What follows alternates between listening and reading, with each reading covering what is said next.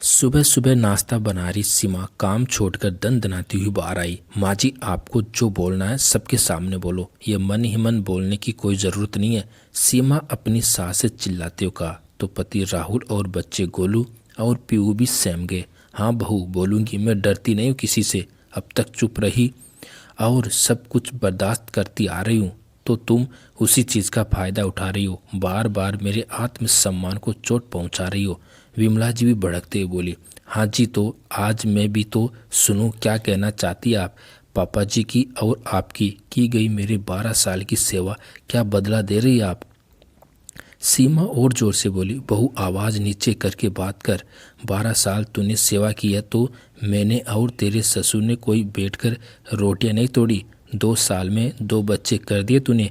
जहाँ मेरी बेटियों की सास ने उन्हें डिलीवरी के बाद 10वें दिन खड़ा कर दिया, वहाँ मैंने तुझे पूरे 2.5 महीने बिस्तर से उठने नहीं दिया, एक पैर पर खड़ी रही। तुम्हें तुम्हारे बच्चे को तकलीफ ना हो, पूरे परिवार को अकेला संभाला मैंने। रहने दे बहू, अगर मैं अपनी सेवा या किया हुआ गिनाने पर आई तो तू अपनी ही नज़रों में गिर जाएगी। आज विमला जी के सब्र का बांध टूट गया था।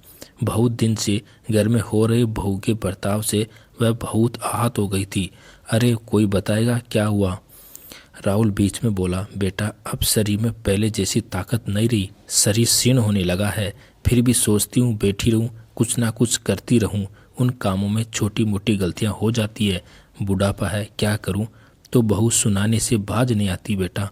आज तक तुझे भी कभी नहीं बताया कि किस तरह का व्यवहार करती है तेरी पत्नी मुझसे। मैं घर में कलह का कारण नहीं बनना चाहती थी, इसलिए चुप थी, लेकिन अब पानी सिर से ऊपर हो गया है तो मुझे बोलना पड़ा। आज जिस घर की मालकिन बनी है वो अधिकार उसे मैंने ही दिए। खुद ब्याह कर जब इस घर में आई, मैंने अन्यों को गलतियां इसकी माफ की। आज तेरे पिताजी की कमाई बंद होते ही जब घर तेरी कमाई से चलने लगा तो इसके तेवरी बदल गए। हाँ तो माँ, इसमें सीमा कहाँ गलत है?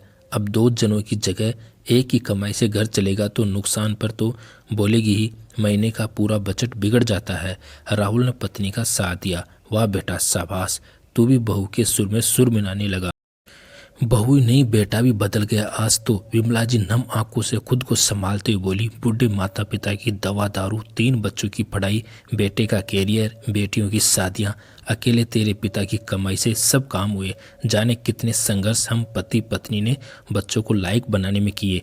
अपनी ज़रूरतों से ज़्यादा तवज्जो बच्चों की ख्वाहिशों को दी। आज उन्हीं बच्चों की कमाई बूढ़े माँ बाप का ख्याल रखने में खर्च होती है तो महीने का बजट बिगड़ जाता है। देख लो, बुढ़ापे में शरीर जर्जर हो चुका है, लेकिन घमंड कम नहीं हुआ माँ जी का। सीमा ने तीखे तेवर अपनाते हुए कहा, बहू शरीर बूढ़ा हुआ है पर आत्मसम्मान नहीं। खैर, जब अपने पेट की संतान बदल जाए तो तुम तो पराई हो। इतना कहकर विमला जी अपने कमरे में चली गई। मरने से पहले विमला जी के स्वर्गवासी पति कमल जी अपनी वसीयत में पत्नी को बराबर हिस्सेदार बना गए। यही बात बेटे और बहू को चुभ गई थी। दिमाग में यही था कि पूरी उम्र सेवा हमने की, इकलौता बहू बेटा है तो सब कुछ हमारा ही होगा। विमला जी ने दुनिया देखी थी, वह अपने अनुभव से सब समझ रही थी। कल तक जो आदर्श बेटा बहू थे, आज अचानक कैसे बदल गए? दरअसल कुछ समय पहले जब कमल जी जिंदा थे, बीमारी के बाद से ही खाने में भोजन, तेल, नमक इत्यादि सब कम हो गया था। ऐसे ही भोजन की सबको आदत हो गई थी। आज रात भी कुछ ऐसा ही हुआ था तो विमला जी के सब्र का बांध टूट गया।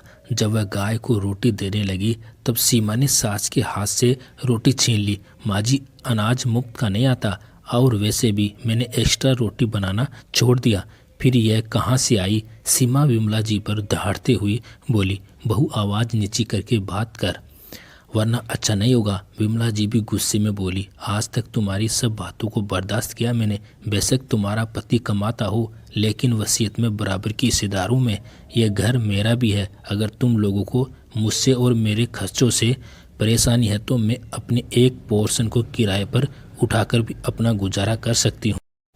अगर तुम लोगों ने ज़्यादा 3-5 की तो मैं मरने से पहले अपने हिस्से को दान भी कर सकती हूँ। विमला जी की बात सुनकर बेटा और बहू दोनों के चेहरे का रंग उठ गया।